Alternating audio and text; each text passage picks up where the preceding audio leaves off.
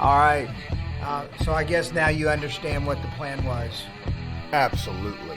At Colts Law, we talk Indianapolis Colts football. We're going to stick to what we know, fundamentals and technique, 1% better every day.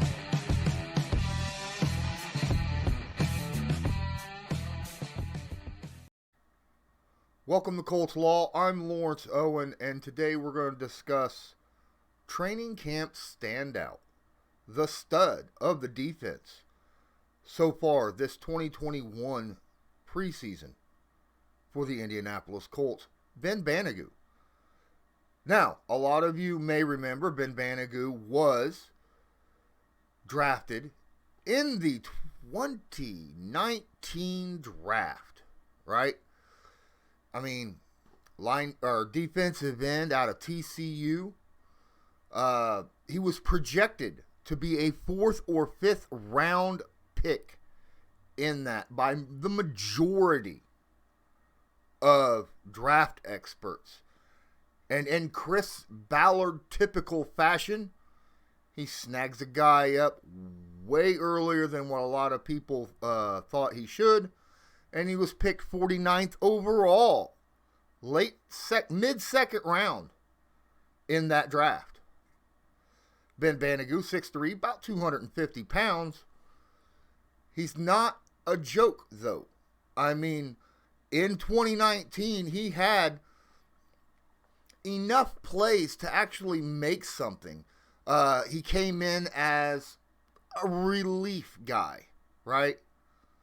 And he played about 1/4, 26% of the defensive snaps in 2019. And played in every single game, all 16. Of course, he didn't start, but he played in all 16 games. And in 2019, what a season. I mean, in just those few snaps that he had a pass defense, a forced fumble, 2.5 sacks, 11 tackles, 3 tackles for loss, 5 quarterback hits.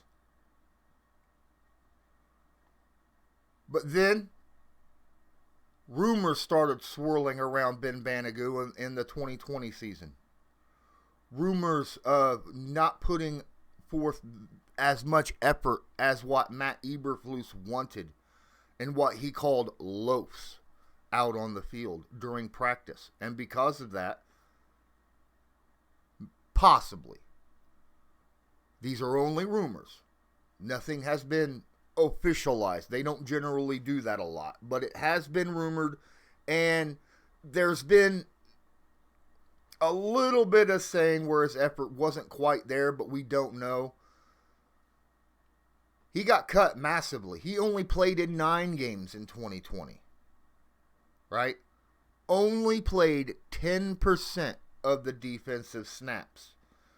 Was a healthy scratch during games, meaning he was healthy to play, but was put on the inactive list.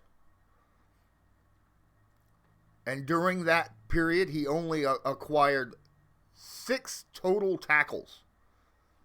That's it. No other stats. 6 total tackles.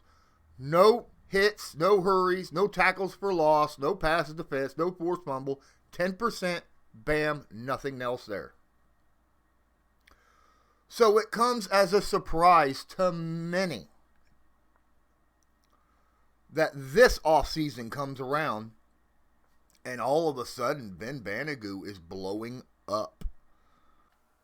Hey guys, please smash that like button, hit subscribe if you're not subscribed, and tag that notification bell so that you're notified next time I go live. Don't forget, you can also share this video to your favorite social media, and please open up that description of the video. In there you find a link to my Patreon, which is only $5 a month. Get all of my content plus Patreon specific content, and of course my merch shop right here. From the beginning of training camp, Ben Banogu started out with the 2s, the 3s, the 4s out there in practice, and he has dominated the entire time, getting over on every defensive end, making tackles in the run game, or getting over on all the offensive tackles. Just making plays all over the field. But then there was a question. The Colts' offensive tackles didn't look that good, right? Sam Tevy, Will Holden, everybody seemed to be beating them.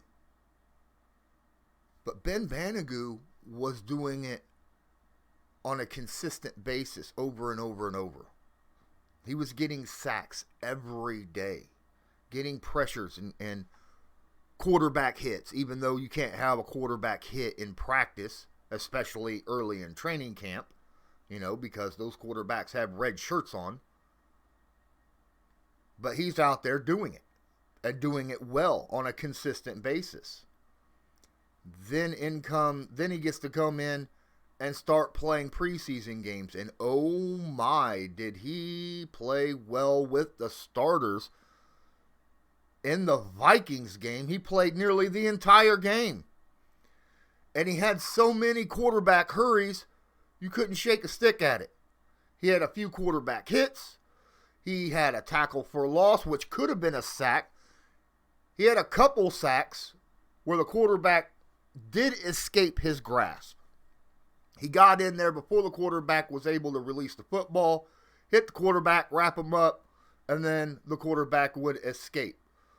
Which, again, is a learning experience for Ben Banogu because, let's face it, he has not had a lot of play time with the Indianapolis Colts.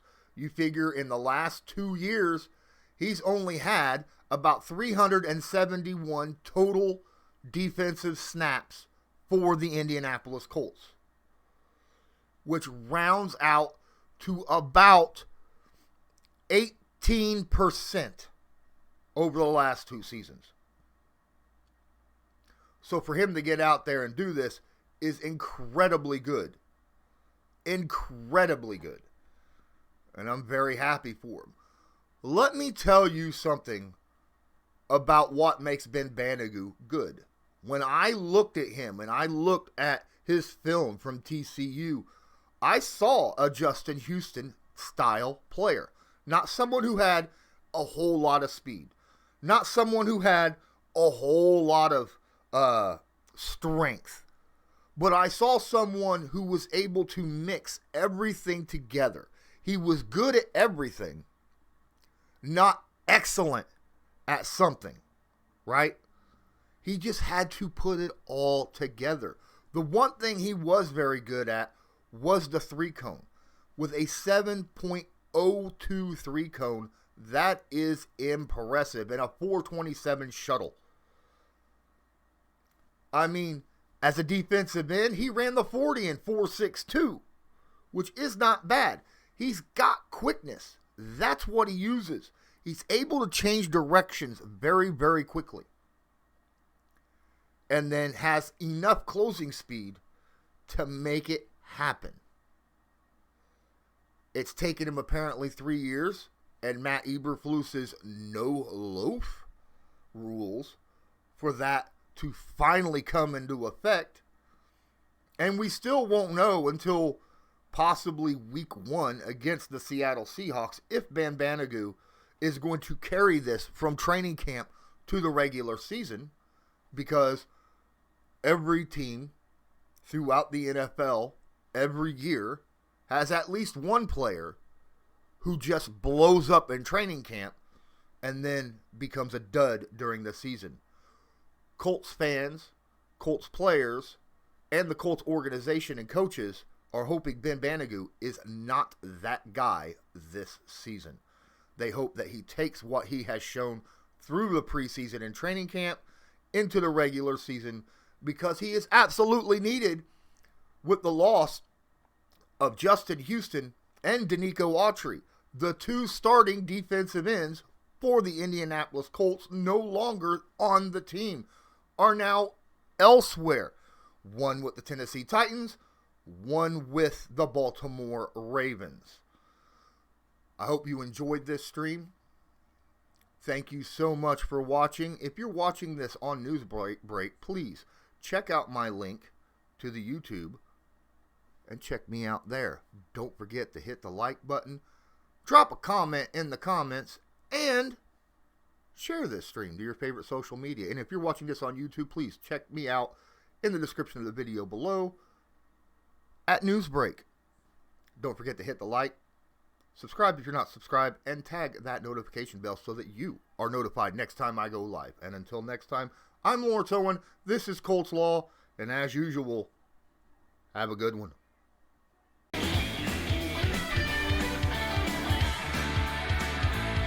Just because a player's not a household name doesn't mean we can't make him a household name.